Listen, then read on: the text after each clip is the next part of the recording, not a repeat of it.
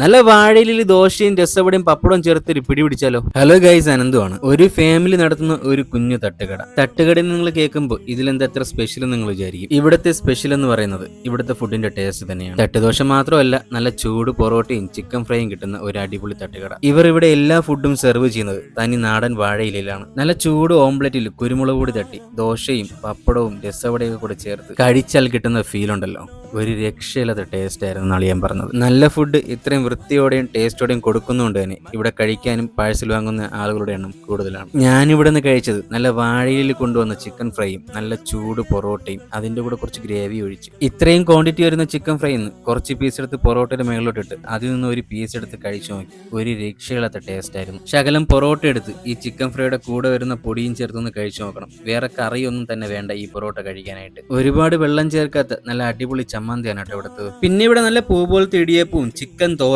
Chicken പെരട്ടും നല്ല beef റോസ്റ്റും ഇവിടെ ഉണ്ട്. ഞാൻ സീരിയസ്ലി പറയാം, അടിപൊളി ഫുഡാണ് കേട്ടോ ഇവിടുത്തെ. ഞാൻ മുൻപും ഇവിടെ നിന്ന് കഴിച്ചിട്ടുണ്ട്. അതേ ടേസ്റ്റ് തന്നെയാണ് എനിക്ക് ഇപ്പോഴും കിട്ടിയത്. വെള്ളിയാഴ്ച ദിവസം ഈ ഒരു കട അവധിയാണ്. അപ്പോൾ എന്റെ വീഡിയോ ഇഷ്ടപ്പെട്ടു കഴിഞ്ഞാൽ നിങ്ങളോട് പോവുകയാണെന്നുണ്ടെങ്കിൽ എന്റെ വീഡിയോ കണ്ടിട്ടാണ് വരുന്നത് പറഞ്ഞാൽ എനിക്ക് സന്തോഷവും അവർക്കും സന്തോഷവും. അപ്പോൾ സ്പോട്ട് വരുന്നത് നമ്മുടെ കാട്ടാക്കടയിൽ നിന്ന് പോകുമ്പോൾ എത്തുന്ന മുമ്പായിട്ട് മാറനല്ലൂർ സ്പോർട്സ് ഫീൽഡ് ഔട്ട്ഡോർ ടർഫിന്റെ ഓപ്പോസിറ്റ് സാജ് തട്ടുകട.